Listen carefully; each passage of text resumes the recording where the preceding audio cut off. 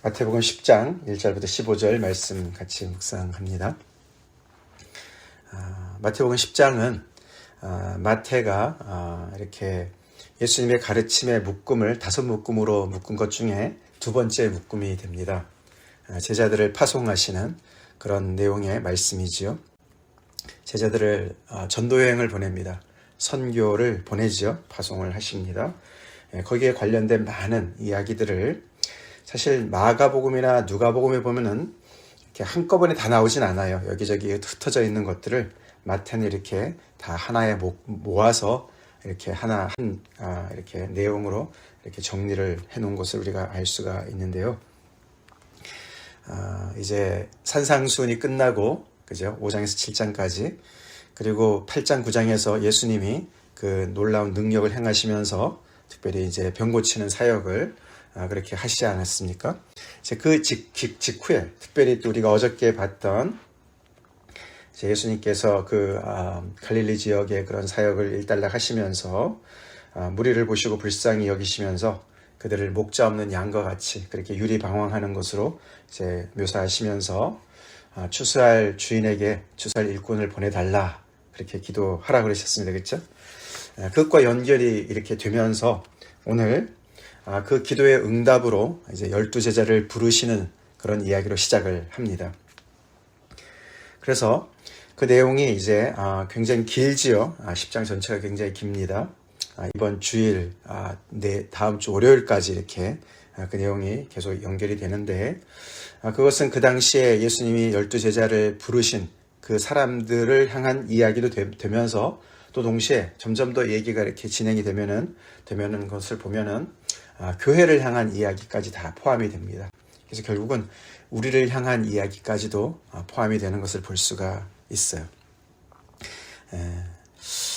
이제 드디어 예수님께서 그동안에 예수님을 따라온 사람들 중에서 12제자를 부르십니다. 이 이야기도 이제 마태는 그 각자의 이야기 앞에 4명을 부른 이야기 말고 다른 사람들의 이야기는 생략을 합니다. 그렇죠? 다른 복음서에서는 나오지만, 그래서 이미 어떻게 보면 이렇게 그 무리들 중에 있었던 것 같죠. 그들을 불러내신 것을, 이미 부르신 것을 이렇게 이제 아마 얘기하는 것 같습니다. 자, 그래서 그 12제자를 부르셨습니다. 그렇죠? 11명도 아니고 13명도 아닙니다. 그죠? 12명을 불러요. 그래서 오늘 여기 보면 12제자다 1절에, 2절에는 12사도다. 그리고 5절에는 이 12 이렇게 얘기를 합니다. 그래서 이 12이라는 그 이야기를 계속 강조하십니다. 그 12, 왜 제자가 12입니까? 12은 12지파, 그죠? 이스라엘의 12지파를 상징하는 것이고, 그래서 이 12제자를 부르신 예수님을 보면은 하나님께서 이 이스라엘 백성들을 새롭게 뭔가를 정말 새 일을 행하시는 그런 것을 상징하는 것이 아니겠습니까? 예수님을 포함해서 12명도 아니에요. 그렇죠? 그래서 그런 걸 보면은 12이라는 것이 굉장히 상징성이 크고, 또 12명이 예를 들어서 예수님께서 12명을 데리고 이렇게 계속 다니셨다면은 이 이스라엘의 당국이 봤을 때, 아니면 로마 당국이 봤을 때 굉장히 그것이 어떤 정치적인 그런 성향도 분명히 띌 수 있었기 때문에 굉장히 민감한 그런 것입니다. 그런 내용을 다 가지고 있죠. 그렇죠? 하나님의 나라, 새 이스라엘, 결국은 나중에 이제 어떤 교회랑 연결이 되어지는 그런 12 제자, 그 숫자죠. 자, 그렇게 12를 불렀습니다. 그러시면서 부르신, 결국은 추수할 일꾼으로 부르신 것이죠. 그렇죠? 추수할 일꾼으로 부르셨는데, 그들에게 그냥 맨손으로 보내지 않으시고 그들에게 권능을 주시죠. 그 권능이 대단합니다. 더러운 귀신을 쫓아내며 모든 병과 모든 약한 것을 고치는 권능을 주셨어요. 특별히 모든 병과 모든 약한 것이라는 표현은 예수님께서 하시던 사역 아닙니까? 그죠? 4장에서도 우리가 또 9장에서도 예수님의 사역을 이렇게 요약하는 그 표현이었습니다. 다시 말해서 이 12 제자는 예수님이 하시던 사역을, 하시고 계시는 사역을 그대로 나가서 똑같이 하는 그런 사람들이었어요. 그게 제자인 줄로 믿습니다. 제자.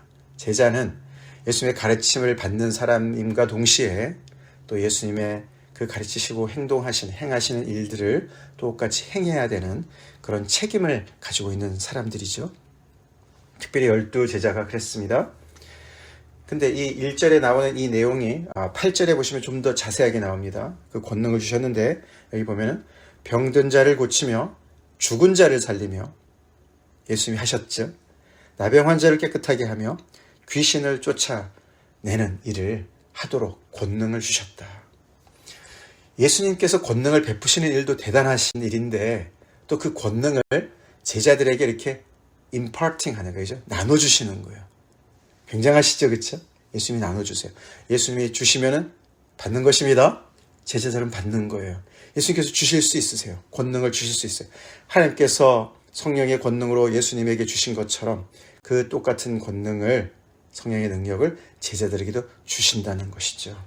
그러면 그 제자들은 그것을 받아서 그것을 행하면 되는 것이었습니다. 그렇게 12를 부르셨다. 그러면서 12사도의 이름을 거기에 기록합니다. 여기 12사도다. 사도. 우리가 흔히들 12사도 이렇게 알지 않습니까? 이 사도라는 단어가 이 마태복음에 여기만 나오는데 사도라는 뜻은 apostle이라는 뜻은 보냄을 받았다. 그런 뜻이죠. 보냄을 받았다. 원래 뜻이 그렇습니다. 나중에 가면 이제 어떤 그 사도에 대한 그런 그 역할이 굉장히 중해지는 그런 이제 시절이 되죠. 초대교회 가면은. 자, 그러면서 누구를 비롯하여 이렇게 나옵니다. 그죠? 베드로라는 시몬을 비롯하여. 그래서 첫 번째로 베드로, 시몬 그런 얘기인데 순서적으로 처음에 나온다는 것보다도 어떤 12사도 중에서 제일 앞에 나오는 수석 그런 뜻인 것 같습니다. 그래서 그 대표격인 그런 베드로 이름이 제일 먼저 나오고 예수님을 판 자인 가룟 유다 이름이 제일 끝에 나옵니다. 그래서 12를 2명씩 짝을 지어서 6조로 이렇게 설명을 합니다. 그렇죠? 그래서 아까 읽어본 대로 그 이름의 내용이 나옵니다. 그렇게 12를 소개한 다음에 예수님께서 그 12를 내보내시면서 명령을 하세요. 그렇죠? 내가 나가서 할 때 이런 일을 해야 된다라고 얘기를 하십니다. 자, 그 지시 내용이 굉장히 자세합니다. 그렇죠?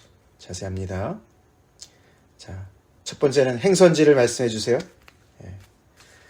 이 선교 대상을 얘기해 주시는 거죠. 그것은 이제 갈릴리 지역을 중심으로 하는 것인데 여러 이제 그런 성이나 마을을 가긴 가는데 그것이 이방인의 길도 아니고 사마리아인의 고을도 아니고 이스라엘의 집으로 가라. 잃어버린 목자가 없이 유리방황하는 그런 양과 같은 그런 잃어버린 양과 같은 이스라엘의 집으로 가라라고 제안을 하십니다. 앞에서도 우리가 여러 번 봤지만 그렇다고 예수님께서 이방인들을 완전히 100% 배격하는 것은 아니었습니다만 우선적으로 해야 되는 일들을 강조하시는 것이죠. 그렇죠? 정말 이 메시아가 이 하나님의 백성인 정말 이 이스라엘을 향해서 오셨고 또 그 아브라함의 자손으로부터 다윗의 자손으로부터 메시아를 하나님께서 보내주셨고 그 정말 언약을 지키시는 하나님께서 먼저 당신의 백성을 이렇게 그 말씀을 그 복음을 전파하도록 하시는 것입니다. 제자들도 먼저 우선순위를 가지고 거기에 집중을 하라고 말씀을 하십니다. 우리가 잘 알지만은 우리가 나중에 마태복음 28장에 가면 그렇죠? 가서 모든 족속으로 제자를 삼아 그렇게 말씀하지 않으십니까? 결국 그래서 이 교회가 이 12 제자를 통해서 시작된 교회가 결국은 모든 족속을 향해서 나가는 때가 오지만 지금은 아니라는 것이죠. 그래서 대상을 거기로 정하라고 말씀을 하시고 그 다음에 이제 메시지를 주시죠. 메시지가 뭐였습니까? 그 7절 끝에 전파하여 말하되 천국이 가까이 왔다. 하늘나라였습니다.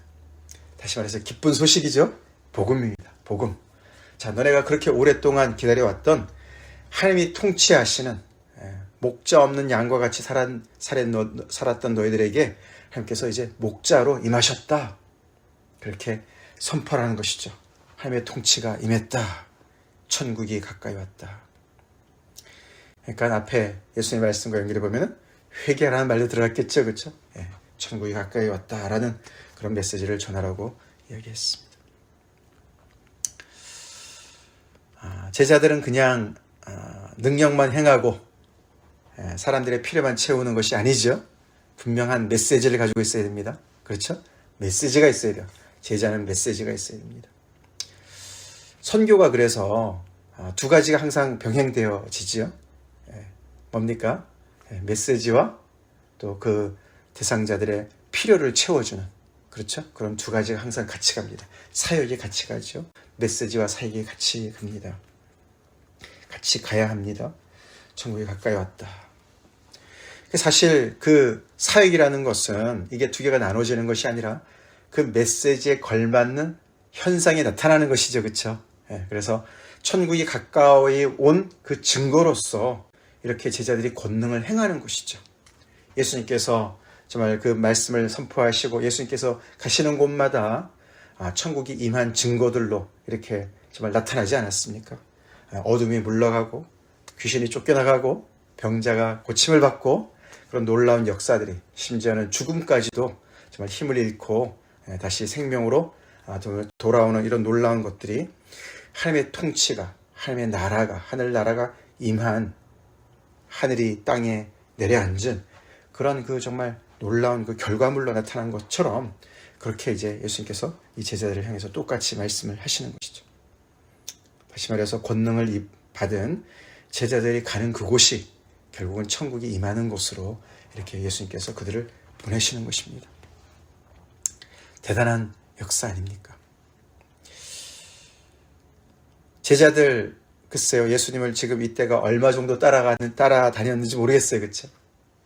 그래서 예수님을 통해서 가르침을 얼마나 많이 받았고, 얼마나 정말 이렇게 도제라 그러지 않습니까? 도제, 장인들 도제. 그렇게 이렇게 지도를 얼마나 받았는지 모르겠어요. 1년이 됐을까요? 하여튼 어느 정도 됐을지 모르겠습니다. 그렇죠? 초기입니다.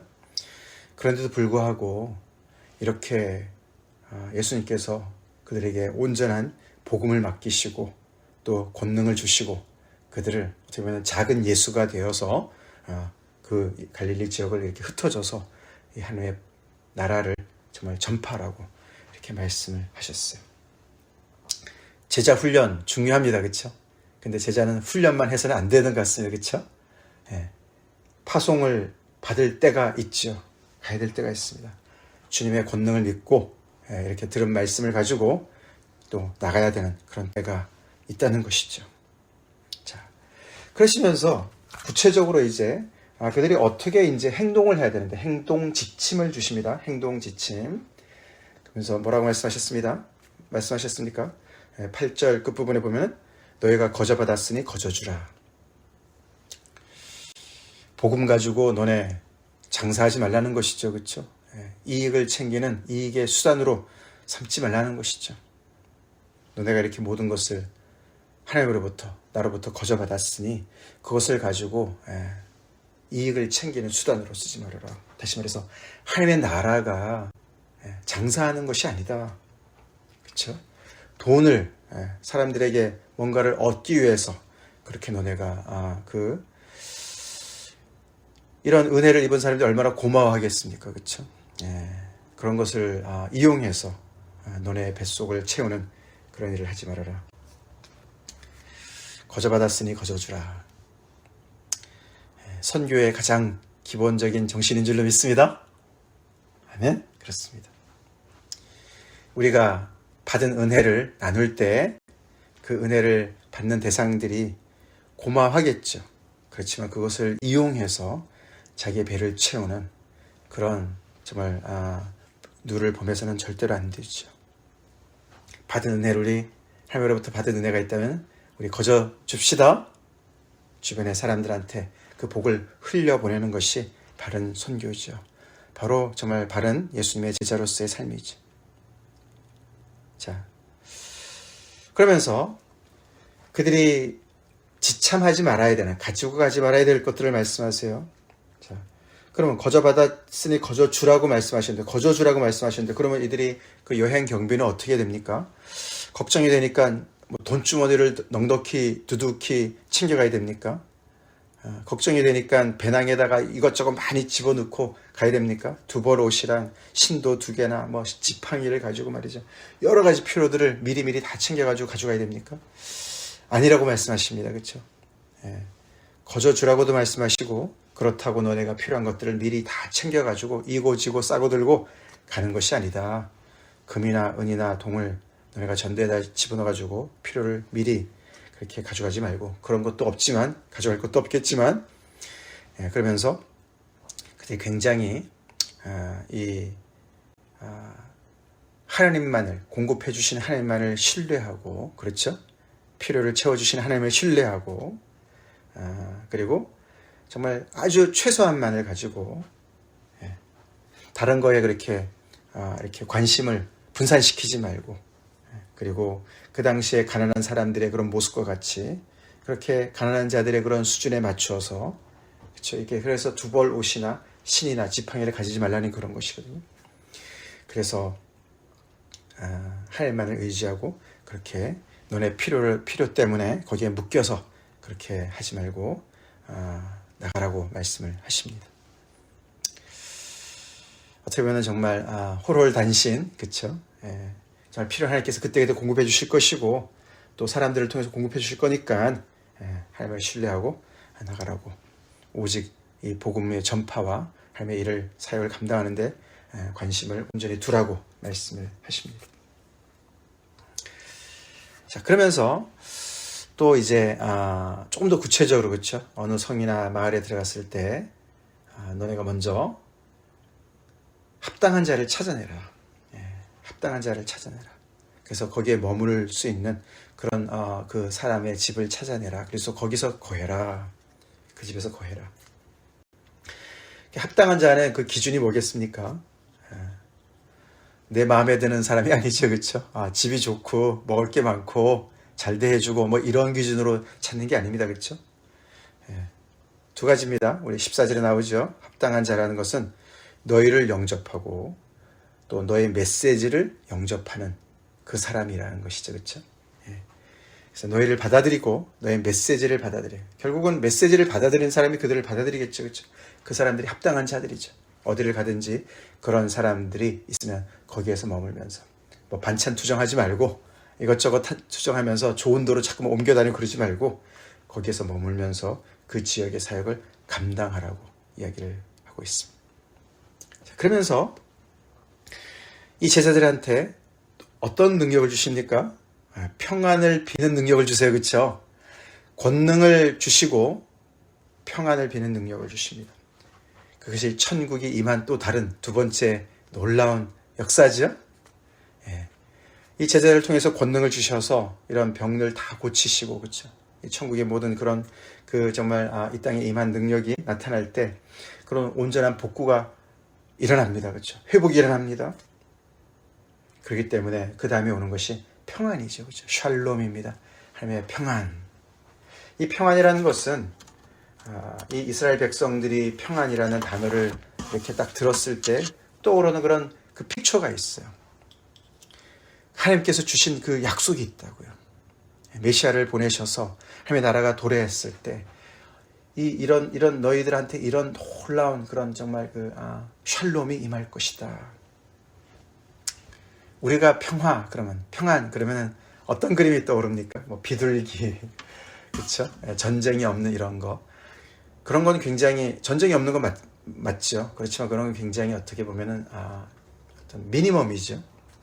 이스라엘 백성들이 생각하는 이 평안은요, 전쟁이 없는 건 당연하고 외세가 침략하지 않는 건 당연한데 더 나아가서는 하나님의 복이 정말 온 사방에 다 임한 것을 얘기하는 거예요. 그래서 모든 것이 다 제자리에 있는 그런 것을 얘기합니다.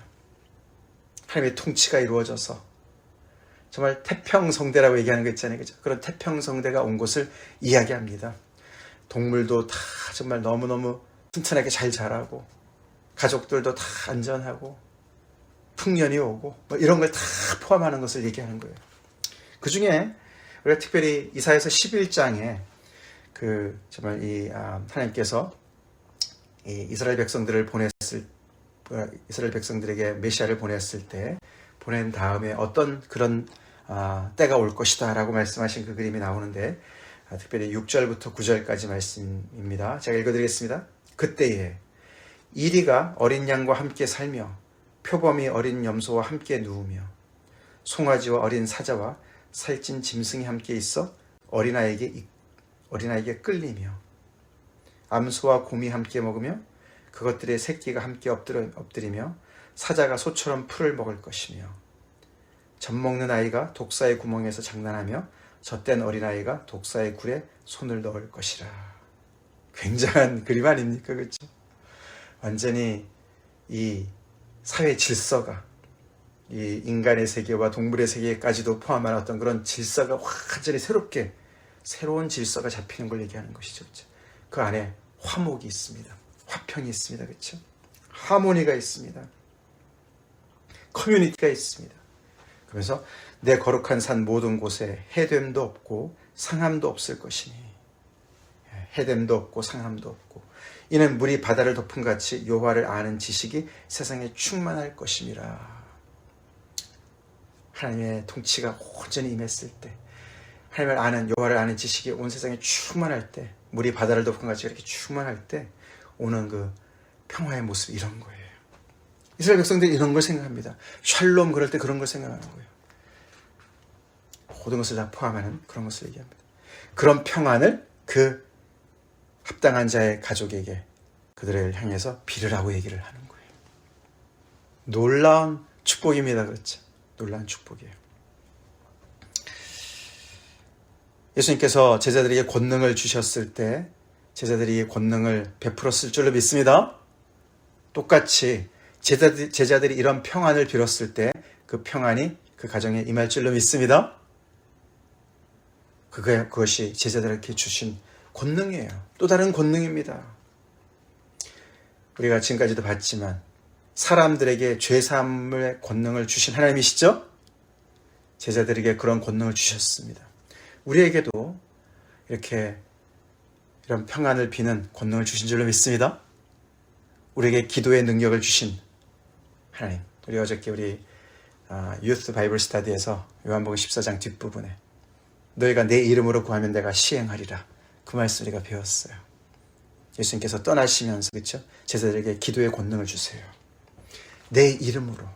이 제자들도 마찬가지죠. 예수님의 이름으로 지금 나간 거예요. 그렇죠? 예수님이 행하시는 그 일들을 행하세요. 예수님이 하시는 권능, 그 권능을 받아서 예수의 이름으로 모든 것을 행하십니다. 행하고 있습니다. 그렇죠? 그런 권능을 가진 사람들. 예수의 사람들 권능이 있습니다. 네. 그래서 우리도 이렇게 합당한 자를 만날 때 우리는 그들을 위해서 평안을 빌어야 됩니다. 자, 그런데 그 평안이 그냥 그렇다고 그냥 임하는 것이 아니에요. 그렇죠? 그것을 거부할 수도 있었습니다. 예. 그 사람들이 그것을 받을 만한 그릇이 못 되면 그 평안이 너에게로 돌아올 것이다. 그렇게 얘기를 합니다. 그러니까 평안을 자주 빌어야 되겠어요. 그렇죠? 우리가 예. 다른 사람의 평안을 우리가 자주 빌어야 되겠습니다. 아니면 우리에게로 돌아온다고 말씀하셨습니다. 자, 그러면서 이 세 번째죠. 첫 번째는 권능을 주셨고 두 번째는 평안을 주셨는데 그것이 천국이 가까운 것에 어떤 귀한 것인데 세 번째는 뭡니까? 예, 거부를 당할 수도 있는 것을 얘기하세요. 그렇죠? 너희를 영접하지도 아니하고 너희 말을 듣지도 아니하거든 너희가 그 집이나 성에서 나가 너희 발의 먼지를 떨어버리라. 그 발의 먼지를 떨어버리는 그 일은 뒤에 나오는 심판을 얘기합니다. 예. 진실로 너희에게 이르노니 심판날에 소돔과 고모라 땅이 그 성보다 견디기 쉬우리라. 예. 발의 먼지를 떨어버린다는 것은 예. 그 하나님의 복음을 이 제자들이 전하는 이 평안의 복음을 거부하는 자들이 이 약속의 이 언약의 백성으로부터 떨어져 나갈 것이다. 그런 것을 미리 보여주는 상징적인 표현입니다. 그래서 얼마나 그것이 심한지 소돔과 고모라 땅이 오히려 견디기 쉬울 것이다. 그렇게 말씀을 하셨습니다. 유황불에 완전히 멸망한 그런 대표적인 도시 아닙니까? 하나님의 심판을 받은 그런 도시인데 그 성보다도 더 정말 처참하게 그렇게 심판을 받을 것이다 라고 어마어마하게 무시무시한 그런 말씀을 하십니다. 그러니까 천국이 그래서 놀라운 권능으로도 임하고 놀라운 평안으로 임하기는 하지만 그것을 거부하는 자에게 이렇게 어마어마한 심판으로 온다고 말씀을 하시는 것이죠. 어저께 그죠? 추수라는 말 그쵸? 우리가 봤습니다. 추수. 기쁜 날이기도 하지만 껍데기 쭉정이는 정말 불에 타는 그런 심판의 그런 메시지가 함께 들어가 있습니다. 이런 어마어마한 일들을 제자들을 통해서 예수님께서 하시는 거예요. 계속 진행이 됩니다. 내일도 계속해서 진행이 되는데, 자, 우리가 이 말씀을 보면서 참 하나님은 마음이 급하세요, 그렇죠? 예수님의 마음이 급하십니다. 지금 계속 말씀을 드리지만 튀르키예, 그죠? 그 땅에 그 구조대들이 가가지고 얼마나 마음이 급하겠습니까? 가족들이 지금 아직도 그 잔해에 묻혀서 아직도 구출을 받지 못한 그런 가족을 둔 사람들이 얼마나 급하겠습니까? 마치 그런 것처럼 여기도 보면은 그래서 이렇게 이것저것 챙기고 갈 시간이 없다고 굉장히 다급한 모습으로 얘기를 하시는 거예요. 그래서 이렇게 어떻게 보면은 준비도 덜 된 이런 12명을 파송하시는지도 모르겠어요. 그들에게 권능을 주시고 가장 기본적인 것들 훈련을 시키시고 이렇게 단도리를 하셔서 보내시는지 모르겠어요. 그만큼 하나님의 나라의 이 복음의 메시지는 얼전트한 겁니다. 긴박한 거죠. 영혼을 구원한다는 것은 정말 이렇게 시간을 다투는 일일 수가 있습니다. 지금 벌써 골든타임 다 지나고 지금 벌써 닷새째 아닙니까? 희생자가 2만 명이 훌쩍 넘었고 많은 사람들이 아직도 잔해 속에 갇힌 사람들이 20만 명이나 될 것이라고 이렇게 추정하고 있지 않습니까? 정말 너무나 엄청난 일인데 굉장히 이렇게 상징적으로 우리한테 우리가 마태복음을 묵상하면서 우리한테도 굉장히 그런 또 다른 그런 경각심을 주는 그런 상황 아니겠습니까? 우리 이런 얼전스를 가지고 긴박성을 가지고 주님 앞에 우리가 기도합시다. 하나님, 저희도 주님의 몸된 교회로서 우리에게도 이런 권능을 주십시오. 아멘. 천국의 메시지를 전할 뿐만 아니라 거기에 능력이 나타나게 해주십시오. 그리고 그 능력으로 그들의 삶 속에 샬롬이 임하게 해주세요. 그리고 우리의 이 메시지를 받지 않는 사람들 때문에 우리가 디스커리지 되지 말고 그래서 별거 아니구나, 안 되는구나. 예수님 여기 말씀하시는 거 보면요, 대부분이 너네를 거부할 거야 라는 것을 깔고 있어요. 사실 그렇습니다. 그때나 지금이나 똑같습니다. 거기에 우리가 실망하지 말고 계속해서 우리가 합당한 자들 찾아 나갑시다. 다 같이 기도하겠습니다. 하나님 감사합니다. 오늘도 주님의 귀한 말씀으로 아버지 우리에게 은혜도 주시면서 또 사명도 주신 하나님, 아버지 우리가 이것을 감당할 수 있는 권능을 주시옵소서. 우리에게 이미 기도의 권능을 주시고 아버지 이렇게 평안을 비는 권능을 주셨는데, 주님의 제자로 부르셨는데 아버지 우리는 아직도 자격을 운운하며 우리가 부족함을 운운하며 아버지 우리가 머뭇거리고 있습니다. 주님 용서하시고 이렇게 아버지 급박한 아버지 이런 이 메시지 천국 복음을 아버지 늘 우리가 마음에 품고 책임 있는 제자의 삶을 살 수 있도록 저희들 다시금 일깨워 주시고 아버지 또 움직이게 하여 주시옵소서.